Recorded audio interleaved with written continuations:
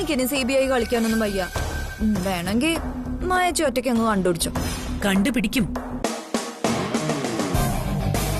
ഇതിന് പിന്നിലെ SKയുടെ ഉദ്ദേശം എന്താണെന്ന് ഞാൻ കണ്ടുപിടിക്കും.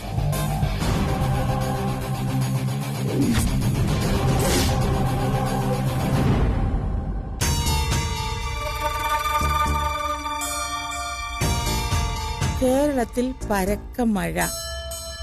ഡാമുകൾ ചിലപ്പോ തുറക്കാൻ സാധ്യതയുണ്ട്. മൈ ലിറ്റിൽ കണ്ണാ, പാതിരായ്ക്കൊന്നും ഡാം തുറന്ന് വിട്ടേക്കല്ലേ. ഓ, കേരളത്തിൽ മഴക്കെടുതി വരും.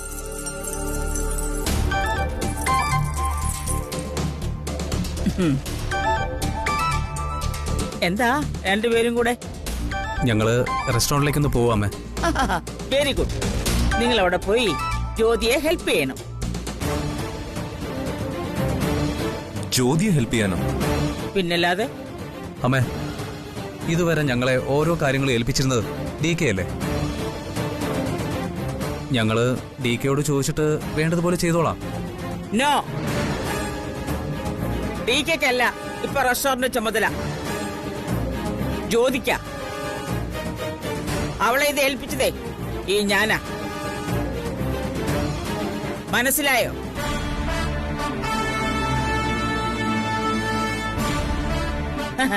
നിങ്ങൾക്കതിൽ കുറച്ച് അഭിപ്രായ വ്യത്യാസം ഉണ്ടെന്ന് എനിക്കറിയാം. അതൊന്നും അവിടെ ചെന്ന് കാണിച്ചേക്കരുത്. മനസ്സിലായോ രണ്ടുപേർക്കും? എന്നാ ശരി, ഗോ.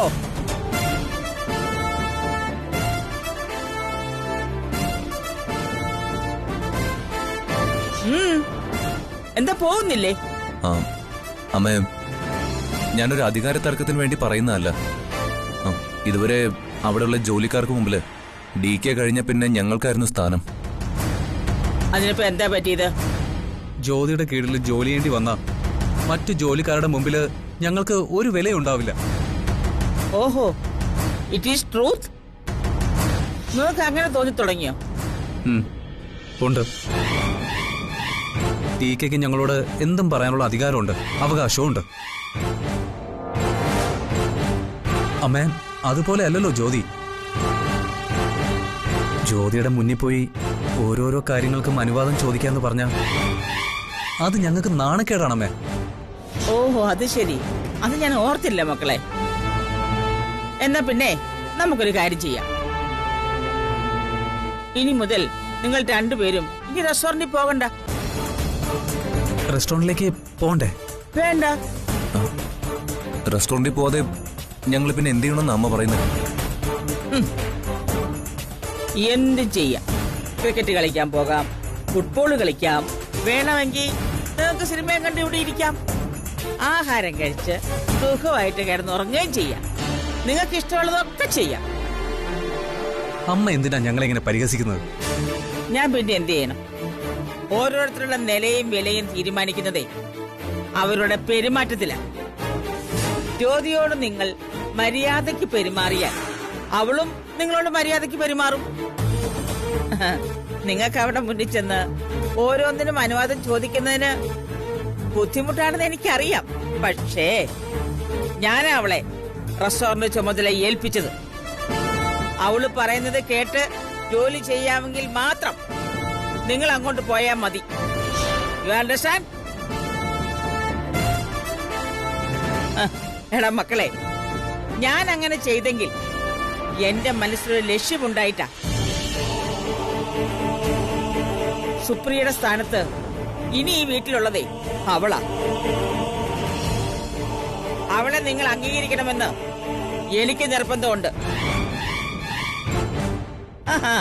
അതനുസരിച്ച് റെസ്റ്റോറന്റിൽ പോയി ജോലി ചെയ്യാമെങ്കിൽ നിങ്ങൾക്ക് പോകാം. ഇല്ലെങ്കിൽ നിങ്ങൾക്ക് ഇഷ്ടം പോലെ ചെയ്യാം.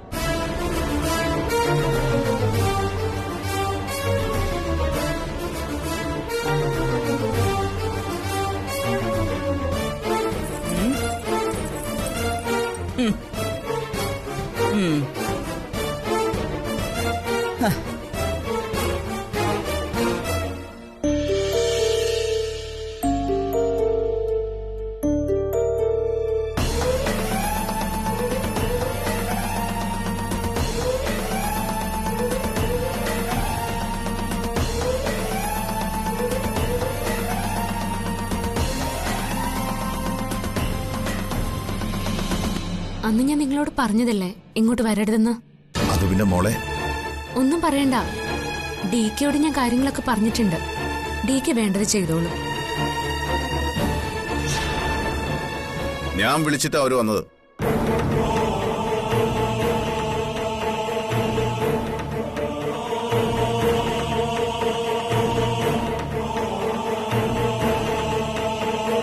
നിങ്ങൾ മുകളിലേക്ക് വാ.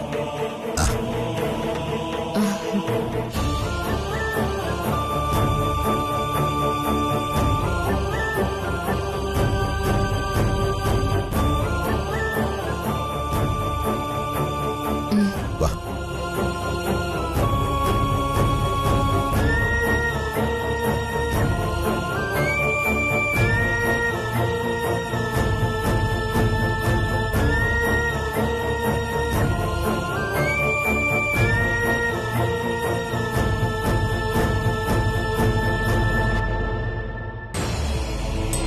ഡികെ, കാര്യങ്ങളൊക്കെ ആകെ കുഴപ്പത്തില.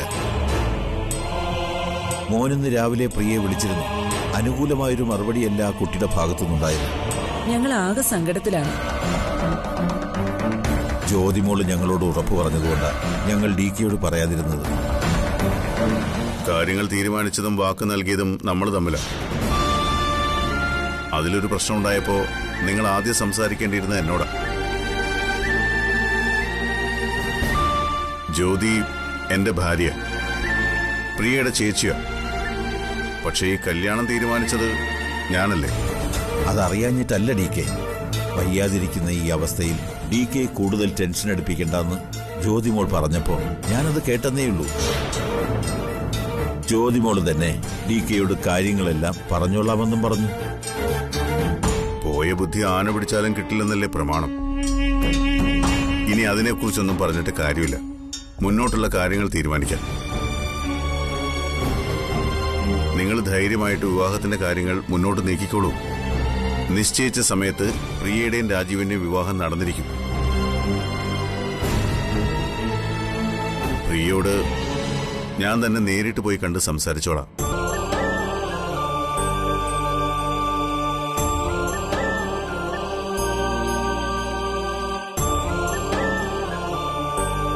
എന്താ, വേറെന്തെങ്കിലും പ്രശ്നമുണ്ടോ? ഒരു പ്രശ്നമുണ്ട് ഡികെ. ഞങ്ങളെല്ലാവരും ആകെ പേടിച്ചിരിക്കുക. ഈ കല്യാണത്തിൽ നിന്ന് പിന്മാറിയാലോ എന്നുപോലും ഞങ്ങൾ ആലോചിച്ചു. പിന്മാറാന്നോ? ഞങ്ങൾക്ക് ഒരേ ഒരു മോനാ. അവന്റെ ജീവനേക്കാൾ വലുതല്ല ഈ കല്യാണം. ഞങ്ങളുടെ മോനെ കൊല്ലുവെന്ന ഭീഷണി. ആര്?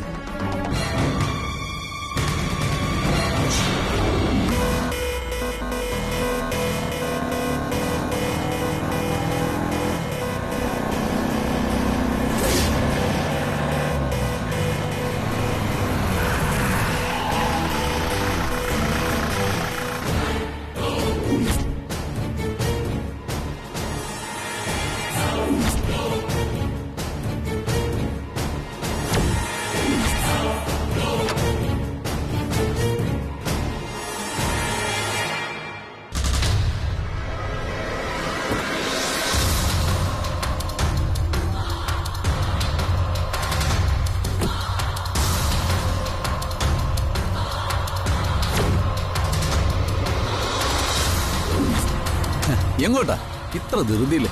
അതെന്താണ് നിങ്ങളറിയുന്നത്? പോലീസിനെ അറിയിച്ചിട്ടാണോ എല്ലായിടത്തും പോകാൻ? നിയമങ്ങൾ നടപ്പിലാക്കാനുള്ളതാ, അല്ലാതെ ലംഘിക്കാനുള്ളതല്ലേ. ഞാനൊരു നിയമം തെറ്റിച്ചിട്ടില്ലല്ലോ. അതൊക്കെ ഞാൻ വിശദമായിട്ട് പറഞ്ഞുതരാം. ഇപ്പോ ഒരു 5 മിനിറ്റ് ഒന്ന് സംസാരിച്ചിട്ട് പോണം. എനിക്ക് നിങ്ങളോടൊന്നും സംസാരിക്കാനില്ല. നിങ്ങൾ മാറിയേ, എനിക്ക് പോണം.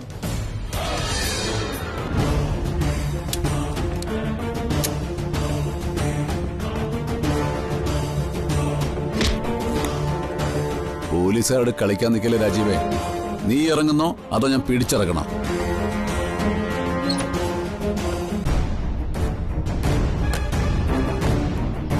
നിങ്ങൾക്ക് എന്താ സംസാരിക്കാനുള്ളത്? ഞാനും നിങ്ങൾ തമ്മിൽ യാതൊരു ബന്ധവുമില്ല. ദയവ് ചെയ്ത് എന്നെ ഇങ്ങനെ ദ്രോഹിക്കരുത്. അയ്യേ, എടാ, ഞാൻ നിന്നെ ദ്രോഹിക്കാൻ വന്നതല്ല, നിന്നോട് റിക്വസ്റ്റ് ചെയ്യാൻ വന്നതാ. പന്ത് ഇപ്പൊ നിന്റെ കോർട്ടില. ഗോൾ അടിക്കണോ വേണ്ടയോ എന്ന് തീരുമാനിക്കേണ്ടത് നീയാ. ഇനി എന്റെ പോസ്റ്റിലേക്ക് നീ കോളടിച്ച നിന്റെ ചീട്ട് ഞാൻ കീറും. എടാ, അവൾ ഈ കല്യാണം വേണ്ടാന്ന് പറഞ്ഞു. അതെന്തുകൊണ്ടാണെന്നറിയോ നിനക്ക്? എന്നോടുള്ള സ്നേഹം കൊണ്ടാ. രാജീവേ, നിന്നോട് എനിക്ക് ഒരു വിരോധമില്ല. പക്ഷെ പ്രിയ, അവളെ എനിക്ക് വേണം. ഇടാ, അവക്ക് ഞാനില്ല ജീവിക്കാൻ പറ്റില്ലടാ. അത് മനസ്സിലാക്ക്. അതുകൊണ്ടാ അവൾ നിന്നെ വേണ്ടാന്ന് പറഞ്ഞത്. എന്നെ വേണ്ടെന്നല്ല പ്രിയ പറഞ്ഞത്, അവൾക്കിനി കല്യാണമേ വേണ്ടെന്നാ പറഞ്ഞത്. അത്രമാത്രം അവൾ ജീവിതത്തെ വെറുത്തു നിങ്ങൾ കാരണം. അവൾക്ക് നിങ്ങളെ കാണുന്നതേ വെറുപ്പാണ്. അത് നീയാണോടാ തീരുമാനിക്കുന്നത്? ഒരു തവണ നിനക്ക് ഞാൻ വാണിങ്ങി തന്നതാ. ഇതിപ്പോ 2ാം തവണയാണ് ഞാൻ നിന്നോട് വേദം ഓതുന്നത്. ഈ കല്യാണത്തിൽ നിന്ന് അവള് പിന്മാറി, നീയും പിന്മാറണം. ഇനി ആലോചനയായിട്ട് മുന്നോട്ട് പോകരുതെന്ന് നിന്റെ തന്തയോടും തള്ളയോടും പറഞ്ഞേക്കണം. അല്ലെങ്കിൽ മകന്റെ ശവം കണ്ട് അവർക്ക് നിലവിളിക്കേണ്ടി വരും. അത് നീ എന്നെ കൊണ്ട് ചെയ്യിക്കരുതേ. പറഞ്ഞ് മനസ്സിലാക്കി കൊടുക്കണം മോന്റെ അച്ഛനോടും അമ്മയോടും. നിന്റെ ജീവൻ നിനക്കെത്ര വലുതാണെന്ന്.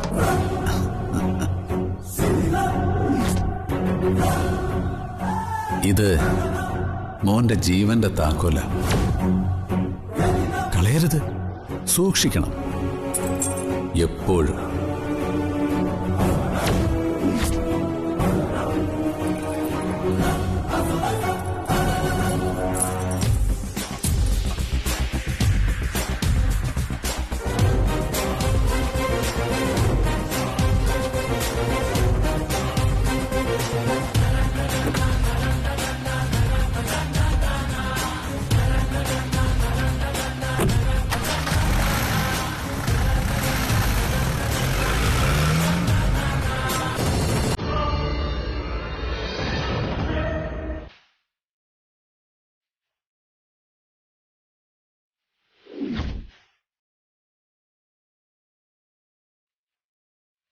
ഞങ്ങൾ എന്ത് ചെയ്യണം ഡി.കെ?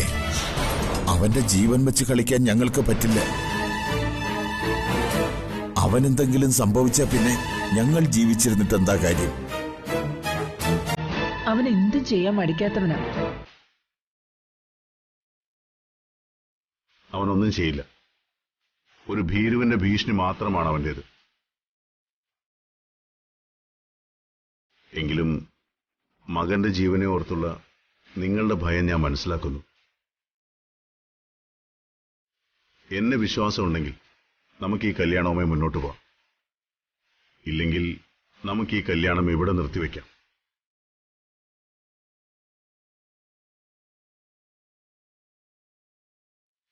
പക്ഷെ ഒരു കാര്യം നിങ്ങൾ ഓർക്കണം,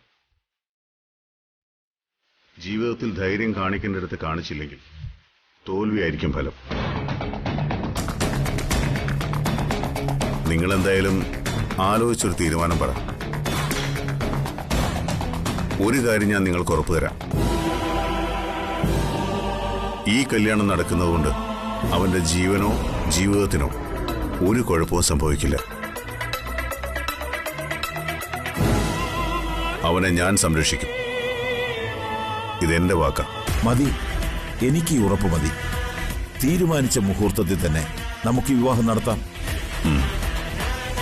പേടിക്കണ്ട, ഇനി ഇത്തരം സംഭവങ്ങൾ ആവർത്തിക്കില്ല. വേണ്ടതെന്താണെന്ന് വെച്ചാൽ ഞാൻ ചെയ്തോളാം. നിങ്ങൾ കല്യാണത്തിനുള്ള ഒരുക്കങ്ങളൊക്കെ നടത്തിക്കോളൂ. ശരി ഡി.കെ, എങ്കിൽ പിന്നെ ഞങ്ങൾ ഇറങ്ങട്ടെ. ശരി, ആയിക്കോട്ടെ. ശരി ശരി.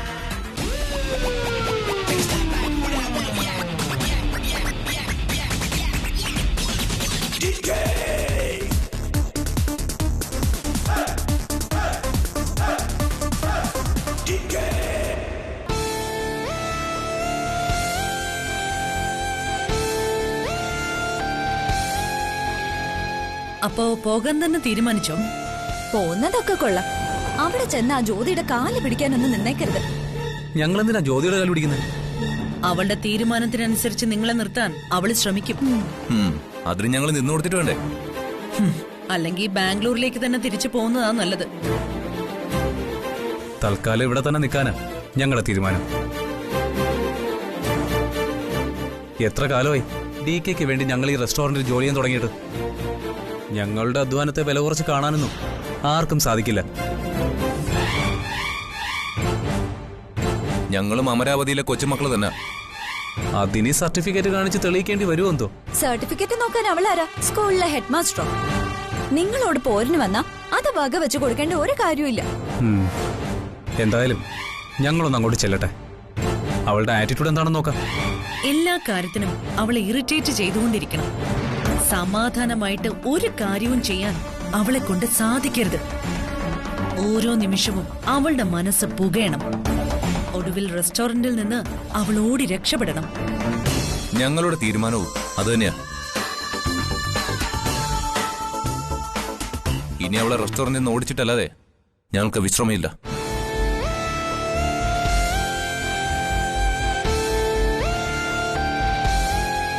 ഇനി നമ്മൾ പേടിക്കണ്ട. ജ്യോതിയുടെ കാര്യം ഇവര് നോക്കിക്കോളും.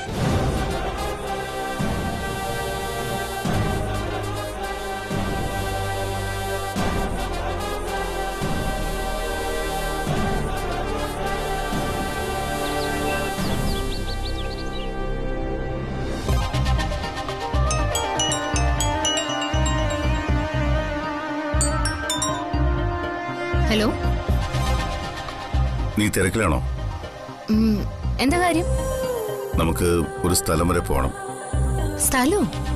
സ്ഥലത്തിന് പേരൊന്നുമില്ലേ? പേരൊക്കെ ഉണ്ട്, പക്ഷേ അതിപ്പോ ഞാൻ പറയാൻ ഉദ്ദേശിക്കുന്നില്ല. എങ്കിൽ പിന്നെ ഞാൻ കൂടെ വരാനും ഉദ്ദേശിക്കുന്നില്ല. അത് പറ്റില്ല, നീ വന്നേ പറ്റൂ. ഞാൻ വരില്ല. ഒന്നും പറയാതെ നിങ്ങൾ ഇങ്ങോട്ട് വന്ന് നമുക്കൊരു സ്ഥലം വരെ പോണോന്നൊക്കെ പറഞ്ഞാ ഞാൻ എന്ത് വിശ്വസിച്ച് നിങ്ങളുടെ കൂടെ വരും? നീ മര്യാദയ്ക്ക് പറയുന്ന അനുസരിക്ക്. ഹലോ, അധികം ഒച്ചയൊന്നും വേണ്ട മാഷേ. സ്ത്രീ സൗഹൃദ നിയമങ്ങളുടെ കാലവാ. അകത്തായി പോവും. എടി ബേക്കറിക്കാരി, നിന്നോട് ഞാൻ പറയുന്ന അനുസരിച്ചാ മതി. 30 മിനിറ്റിനകം ഞാൻ അവിടെ എത്തും. നീ പോവാൻ റെഡിയായിരിക്കണം.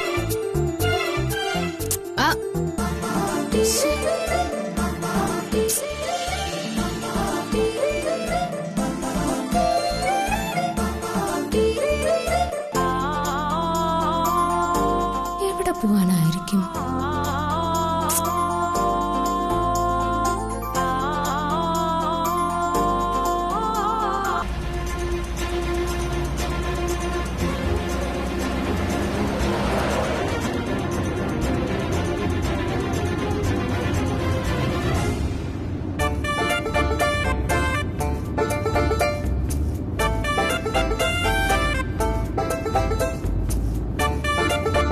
എന്താടി ബേക്കറിക്കാരി, നിന്റെ ചോദ്യങ്ങളൊക്കെ കഴിഞ്ഞോ?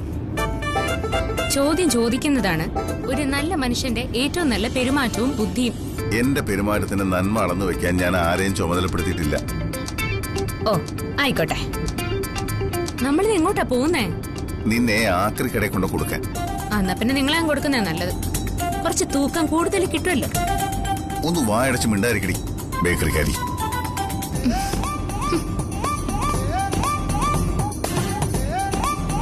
അങ്ങനെ ഇപ്പൊ എന്റെ വായടപ്പിക്കാൻ നോക്കണ്ട. ഒരാളെ എങ്ങോട്ടെങ്കിലും വിളിച്ചോണ്ട് പോകുമ്പോ അത് എങ്ങോട്ടാന്നെങ്കിലും ഒന്ന് പറയണ്ടേ? എനിക്കിപ്പോ പറയാൻ മനസ്സില്ല. മര്യാദയ്ക്ക് മിണ്ടായിരുന്നില്ലേ ചവിട്ടി വെളിയിൽ കളയും ഞാൻ.